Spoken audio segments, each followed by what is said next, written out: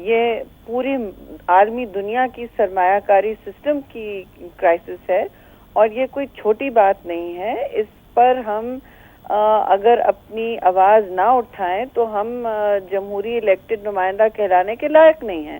اور یہ ضروری اور میں سمجھتی ہوں کلیدی عمل ہے جمہوری اس وقت کہ ہم سب اپنے آپ کو نمبر 1 احتساب کے کٹہرے میں حاضر کریں تاکہ عوام کو حوصلہ ہو کہ یہ جو الیکٹ کر کے لائے ہیں یہ صادق ہے یا امین ہے کہ نہیں.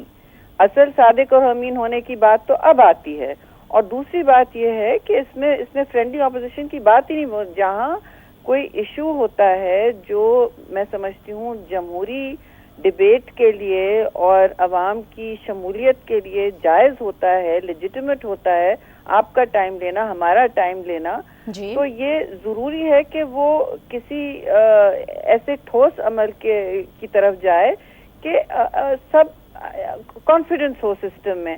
اب یہ سسٹم کیسا ہے کہ پاکستان کی جگہسائی ہو رہی ہے جی, کہ پرائم منسٹر کا نام آ رہا ہے. ہم سب مجھے تو میں آپ کو صاف کہوں گی, مجھے تو برا لگتا ہے. میں تو احترام کرتی ہوں پیپلز پارٹی ہو یا کوئی بھی پارٹی ہو, پاکستان کا جب پرائم منسٹر ہے تو پاکستان کا نام پہلے آتا ہے.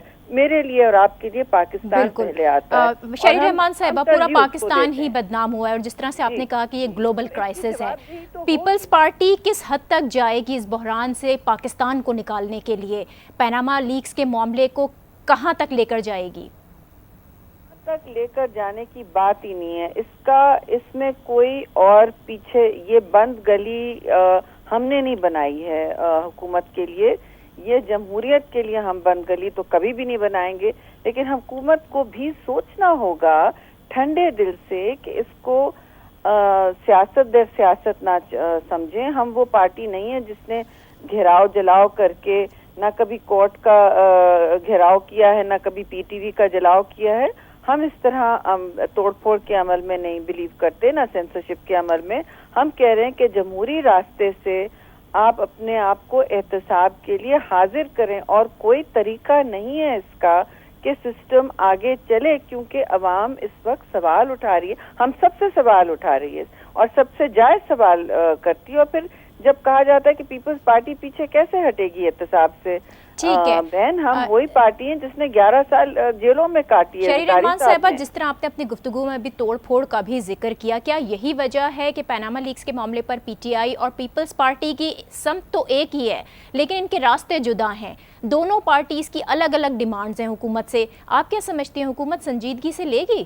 دیکھیے, ہم ایک پارٹی نہیں ہیں. اپوزیشن میں ہمیشہ یہی ہوتا ہے. ہم اس وقت ہم حزب اختلاف کی رہنمائی بھی کر رہے ہیں. پارٹیز آج بھی جو جوائنٹ سیشن تھا اس میں اپوزیشن سے پیپلز پارٹی ہی نے ایک کافی لمبی اس میں تقریر کی ہے. چودھری اعتزاز احسن ہی کو ٹائم ملا تو اس کا وہ لڑ کے ٹائم لیا گیا. ایسا نہیں تھا کہ حکومت اس موڈ میں تھی کہ وہ ٹائم دے گی, وہ لڑ کے ٹائم لیا گیا کہ نہیں, یہ ایک ضروری ڈسکشن ہے. اس سے پہلے ہماری ایک پارلیمنٹری میٹنگ ہوئی تھی سینٹ اور نیشنل اسمبلی کی, جس میں ہم نے طے کیا تھا کہ جو بزنس ایز یوزول جو چاہ رہی ہے حکومت وہ نہیں ہو سکتا. اچھا شہری رحمان صاحب, یہ بھی بتائیے گا کہ عمران خان رائیونڈ مارچ پر بضد دکھائی دے رہے ہیں. آج انہوں نے اپنے انٹرا پارٹی الیکشن جو تھے وہ بھی ملتوی کر دیے. ایسے میں پی ٹی آئی اور پیپلز پارٹی کا اپوزیشن اتحاد ممکن نظر آتا ہے؟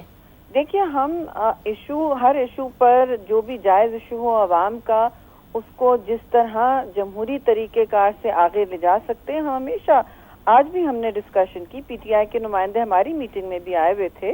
تو یہ ہم اپنی پارٹی کو, ہماری بڑی پارٹی ہے, اعتماد میں لے کے اپنے فیصلے خود کر کے پھر ڈیسائیڈ کریں گے کہ ہم کس لائے عمل. لیکن ہم نے اس پر کوئی دروازہ نہیں بند کیا, نہ اس وقت ہونے دیں گے. ٹھیک ہے, بہت شکریہ. شہری رحمان صاحبہ ہمارے ساتھ موجود تھیں, اور کہ کوئی دروازہ بند نہیں ہوگا. پیناما لیکس کو لے کر جو ایک اپوزیشن پارٹی کو کرنا چاہیے وہ وہاں تک لے کر جائیں گے. سلیم بخاری صاحب, آپ نے بھی گفتگو کو سنا ہوگا. آپ کیا سمجھتے ہیں پاکستان پیپلز پارٹی کس حد تک جا سکتی ہے؟ آج مشترکہ اجلاس میں ہی پی آئی اے پرائیویٹائزیشن سے متعلق جو بل تھا اس کو متفقہ طور پر منظور کیا گیا ہے. کیا پیناما لیکس کو لے کر کوئی مفاہمت ہو سکتی ہے؟ دیکھیے, ایک عام تاثر ہے یہ کہ پیپلز پارٹی اور پی ایم ایل این کی جو ٹاپ لیڈرشپ ہے ان کے درمیان مکمکا ہے. دیکھیے جب زرداری صاحب تھے اس وقت نواز شریف کے خلاف جو مقدمات قائم تھے وہ آہستہ آہستہ ختم ہوئے عدالتوں کے ذریعے. اسی طریقے سے جب سے نواز شریف صاحب وزیر اعظم بنے ہیں 11 میں سے 8 کیسز ختم ہو چکے ہیں آصف زرداری کے بارے میں. تو ایک مکا کا تاثر تو ہے. اب یہ صحیح ہے درست ہے یہ تو میرے خیال سے آنے والا وقت بتائے گا, یا اگر کبھی یہاں پر کوئی تحقیقات یعنی بالکل بغیر کسی باعث کے ہو گئی, غیر جانبدارانہ تحقیقات ہو گئی, تب پتہ چلے گا کہ اس ملک کے ساتھ کس نے کتنا ہاتھ کیا ہے. دیکھیے زرداری صاحب کے اوپر بھی الزامات ہیں اور بڑے خوفناک نوعیت کے الزامات ہیں. ان پر الزام ہے کہ وہ 60 بلین روپیہ جو ہے پاکستان سے باہر لے گئے اور سوئس بینکوں میں پڑا ہوا ہے, اور 2 وزیر اعظم کی قربانی دے دی. انہوں نے خط نہ لکھا انہوں نے سوئس عدالت کو اور سوئس اٹارنی جنرل کو. تو یہ میں کہہ یہ رہا ہوں کہ اگر آپ اس کو الزامات کے اعتبار سے دیکھیں تو پتہ چلے گا کہ اس حمام میں سارے ننگے ہیں. لیکن جیسا میں نے پہلے بھی کہا, میں اپنی بات کو دہرا رہا ہوں اور زیادہ ایمفیسس کے ساتھ دہرا رہا ہوں کہ امکانات اسی بات کے ہیں. یعنی مکا کا تاثر نظر آ رہا ہے, آپ یہ کہہ رہے ہیں. اپوزیشن کا جو ایکشن ہے اس پر چودھری نثار کا زبردست ری ایکشن سامنے آیا ہے, اس پر بات کریں گے ایک بریک کے بعد. ہمارے ساتھ رہیے.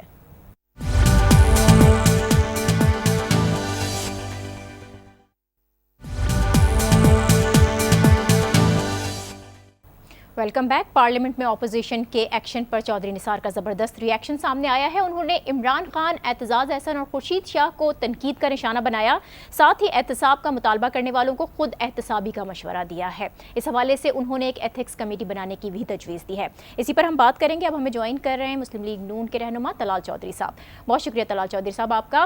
اب سوال یہاں پر یہ پیدا ہو رہا ہے کہ خود احتسابی کی باتیں تو بہت ہوتی ہیں, لیکن اس کے لیے پہلی مثال کون قائم کرے گا؟ کیا وزیر اعظم خود کو اپنا احتساب کے لیے پیش کر سکیں گے؟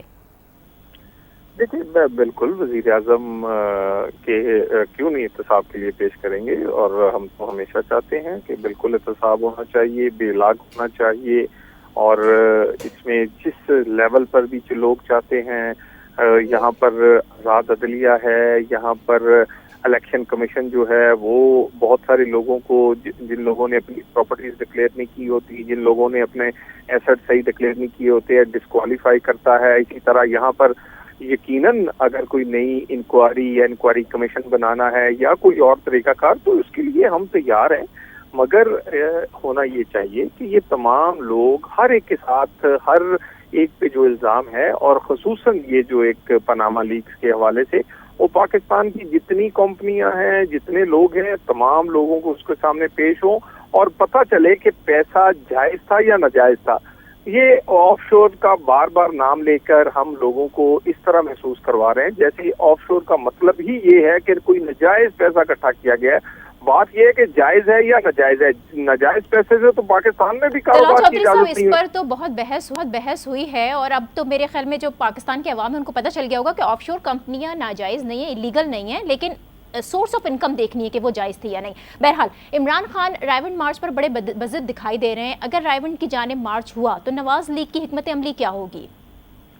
دیکھیں, ایک تو پاکستان میں جو مارچ ہیں, پاکستان میں جو دھرنے ہیں, وہ اگر صرف اپنی ذات کے لیے یا اپنے وہ پارٹی مفاد کے لیے یہ تمام کچھ کرنا چاہتے ہیں تو پچھلے دھرنے سے انہیں سبق سیکھنا چاہیے کہ نقصان انہوں نے کیا ہے تو پاکستان کا کیا ہے, ہماری پارٹی کا بھی نہیں کیا, نہ حکومت کا کیا ہے. پاکستان کا نقصان کیا, پاکستان کے امیج کا نقصان ہوا, گالی کو فروغ ملا, اوے کو فروغ ملا, پاکستان میں انویسٹمنٹ لیٹ ہوئی, پاکستان میں اداروں کو گالی گلوچ کیا گیا.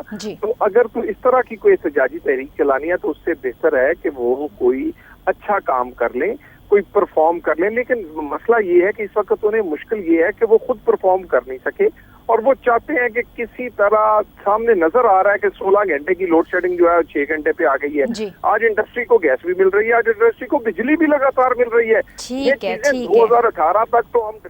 بہت شکریہ طلال چودھری صاحب آپ کا. اپنا رد تھے. اب جو خود احتسابی کی بات شروع کی ہے چودھری نثار نے, اس پر سوال یہی اٹھ رہا ہے کہ اس کے لیے پہلی مثال کون قائم کرے گا؟ اپوزیشن سامنے آتی ہے یا پھر حکومت؟ یہ دیکھنا ہوگا. اسی کے ساتھ اب مجھے دیجیے اجازت. اللہ حافظ.